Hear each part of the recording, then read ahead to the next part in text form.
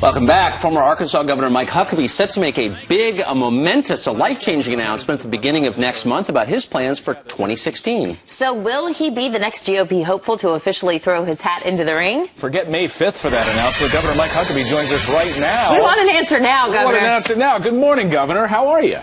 Well, good morning. I'm doing great. It's great to be back with you guys. I miss seeing you on Saturdays as I used to regularly do, but beautiful day in New Hampshire and delighted to be here. What is the mood up there right now in New Hampshire? And, of course, ahead of this May 5th announcement, we don't know yet whether or not you're going to run, but what are you doing up there? Well, right now, the mood in New Hampshire is sleepy. I think I'm one of about 6 people who are awake, but it'll get busy here because there's a big conference, first in the nation, leadership conference that's going on, and I think there's like 173 people who are potentially running for president who will be speaking today, and I will be on that list. Governor, we're going to be talking a lot about you leading up to May 5th, but give us a preview of what May 5th is going to be like. Hope, Arkansas, your hometown, your childhood home still stands, your high school still stands. Why Hope, Arkansas?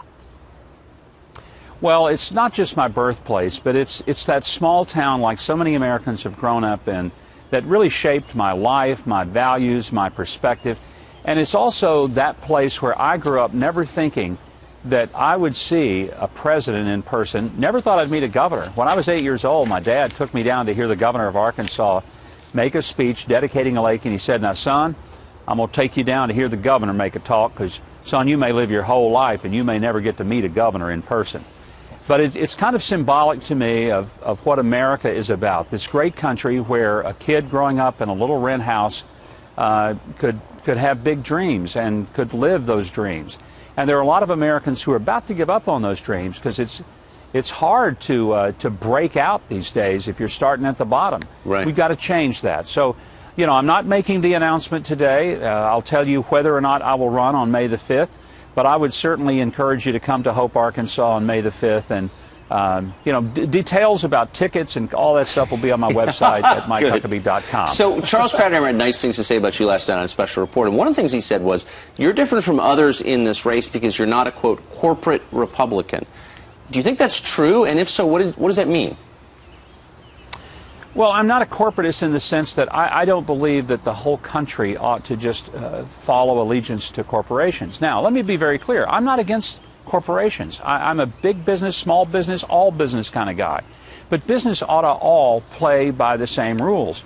And one of the things that I do fear is that we get to the place where sometimes the Republican Party almost just surrenders to whatever the corporate interests are. I don't think that's smart. For example, if we let corporations engage with multinational trade agreements in which the other countries are cheating, but the U.S. company doesn't mind because it's profitable doing it, the government needs to step in and say, wait a minute, Americans are losing jobs. Yes. Americans are losing the ability to make products.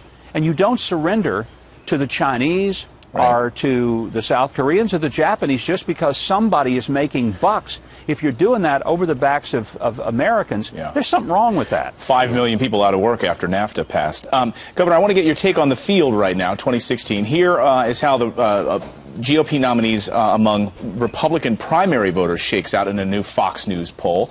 Scott Walker at the top there, 15%. Jeb Bush at 12%. You're down there at 10%. As you mentioned, 173 people potentially running for president. And I want to go off of something that Tucker said about Charles Krauthammer last night. He said, you're not a corporate Republican, but if Mike Huckabee goes after the evangelical vote, and that's all he does, he's not going to go anywhere. But you've changed since 2008 and with a more populist tone. Do you agree with Charles or disagree?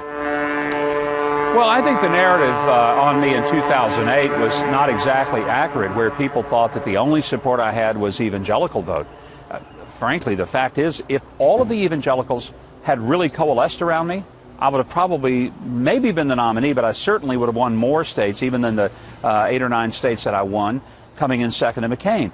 So the fact is, a lot of my support came from blue-collar, working-class people who felt this government had been completely dismissive and even unaware of their existence, much less the struggles they were having. Because here's the problem. We've had wage stagnation in America for the past 40 years. The bottom 90% of the American workforce has not really had a wage increase in 40 years. It's been stagnant. That's got to change.